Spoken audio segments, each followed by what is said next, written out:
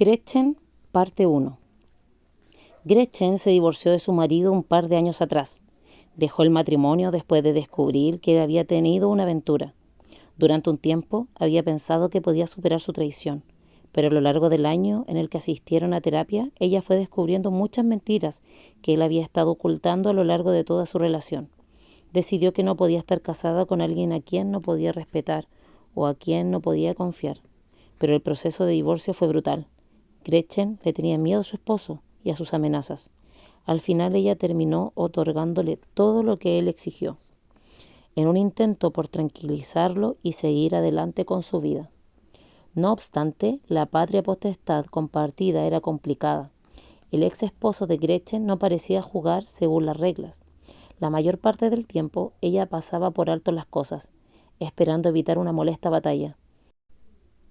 Pero había algunas a las que le daba mucha importancia y sobre las cuales quería decir lo que pensaba. En una de esas ocasiones, Gretchen confrontó a su ex esposo por dar a su pequeña niña de 3 años un medicamento que no le habían prescrito. Su ex esposo la ignoró, diciéndole que estaba reaccionando exageradamente porque sobreprotegía a su hija. Aunque Gretchen estaba enojada, abandonó la conversación. Se analizó a sí misma y a su preocupación, preguntándose si era en efecto demasiada sobreprotectora. La siguiente vez que el ex esposo de Gretchen llevó de vuelta a su hija a casa, el cabello largo de su hija estaba cortado hasta las orejas. Sin decir nada, él le entregó un mechón de cabello de su hija en una bolsa de plástico. Castigo. Él estaba amonestando el reclamo previo de Gretchen, aquel relacionado con el medicamento. La castigó de una forma tal que no estuviera directamente relacionada, de modo que si ella afirmaba que se trataba de un castigo, él lo negaría y se reiría. Le diría que estaba loca por relacionar ambas cosas. Sin embargo, el mensaje estaba muy claro para Gretchen. Más le valía no meterse con él.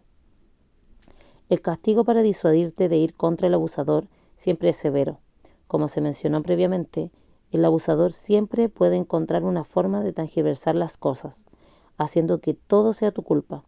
Cuando te defiendes a ti misma, él continúa con este patrón. No obstante, si no funciona igual que en el pasado y permaneces firme, se vuelve más mezquino. Es probable que diga cosas hirientes, que te amenace, te intimide y utilice la fuerza si es necesario.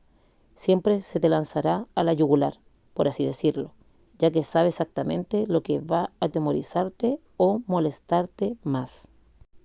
Trágicamente, a menudo tiene que ver con los hijos. Los castigos son tan severos que cualquier cosa que estés tratando de obtener defendiéndote a ti misma no vale la pena. Así pues, te echas para atrás. Con el tiempo te vuelves prisionera en tu propia vida. Tienes que abandonarte a ti y a tus necesidades para sobrevivir en la relación. Las personas que están fuera de la relación no entienden por qué no lo abandonas o lo enfrentas, pero tú sabes exactamente por qué. Los riesgos son demasiado altos y tú y tus hijos estarán más seguros si tú te sacrificas. El castigo de un abusador puede ser agresivo o pasivo-agresivo. Puede ser verbal, físico o ambos. La mayoría de los abusadores son muy calculadores en cuanto a sus castigos, de modo que cuando tú señales el comportamiento, ellos pueden escoger de hombros o fingir demencia. Alejarse es un castigo común, dejando al abusador libre de culpa y a la receptora temerosa y ansiosa. Cuando un abusador se aleja por completo, te está enviando de una forma pasivo-agresiva un mensaje muy claro de que está enojado. Puedes hacer un gran esfuerzo por tratar de entender lo que provocó que se alejara. Cuanto más te esfuerces, más resistirá a ti.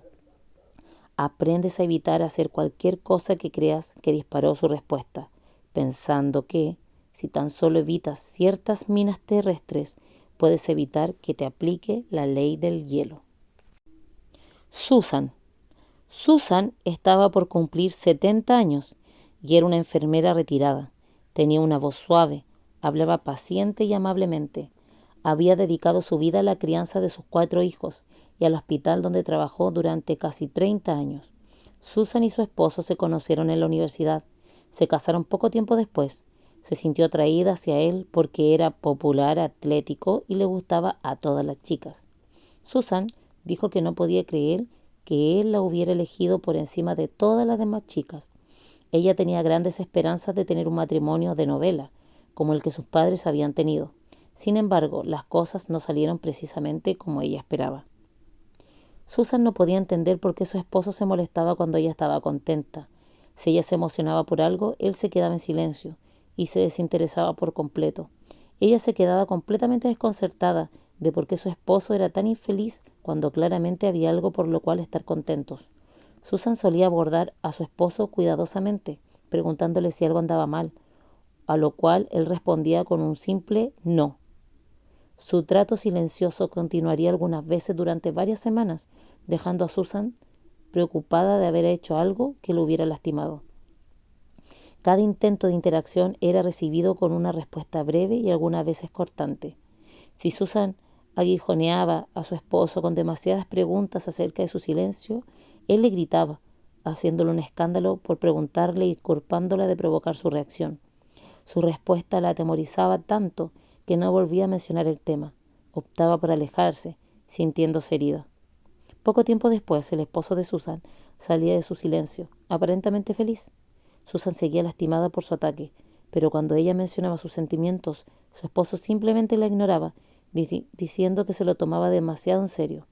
Susan siguió distanciándose emocionalmente, tratando de demostrarle a su esposo que se sentía herida y enojada, mientras que él parecía contento. Al final, él la llevaba flores o le decía algo dulce y Susan volvía a sentir cariño. Ella solía culparse por reaccionar tan duramente hacia su esposo y trataba de idear cómo no empujarlo tan lejos la siguiente vez. Tenían una breve fase de luna de miel que duraba unos días, a veces un par de semanas. Luego el patrón se repetía una y otra vez. Para cuando Susan fue a verme, había subido unos 25 kilos desde el momento de casarse y su autoconfianza estaba peor que nunca. Quería que yo la ayudara a lidiar con su depresión y su enojo hacia su esposo, que era un hombre maravilloso y paciente. Susan se esforzaba todavía más en la relación porque su esposo solía alejarse emocionalmente y luego la castigaba por hacerle preguntas relacionadas con su estado de ánimo. Ella no veía el patrón general, no era algo que ella hubiera dicho o hecho para molestar a su esposo, sino más bien era el enojo de él lo que iba marcando el paso. Al esposo de Susan no le gustaba que ella estuviera demasiado feliz, pues eso debilitaba su sensación de control. Así pues, él emparejaba las cosas, contrarrestando el estado de ánimo de ella con el de él, aplastando su alegría en el proceso. Era obvio que él se sentía más contento cuando ella se tranquilizaba y se comportaba neutral. La historia de Susan pone de relieve cómo un abusador puede castigarte alejándose y luego culparte por ello. Si te atreves a confrontarlo sobre su comportamiento, se sentirá con la libertad de desencadenar su ira. Cuanto más trabajes en la relación evitando las minas terrestres, más consigue lo que quiere: tener todo el poder en la relación. Mientras tanto, tú no solo te sientes herida por el castigo, sino que también te percibes y eres totalmente inefectiva. Control. El control es, tal vez, el concepto más importante en lo que se refiere a comprender una dinámica abusiva. El abuso está totalmente relacionado con obtener control. Todo lo que un abusador hace, desde manipularte astutamente hasta insultarte y debilitarte lentamente tu autoconfianza, lo hace con un objetivo claro: controlar. La agenda controladora de un abusador puede ser difícil de distinguir si no te pone apodos ni te da una bofetada. De hecho, algunos de los abusadores más controladores jamás ofenden a sus parejas y tampoco las agreden físicamente. Esto puede hacerte creer que estás en una relación funcional, ya que no se cumplen los parámetros clásicos de disfunción evidente.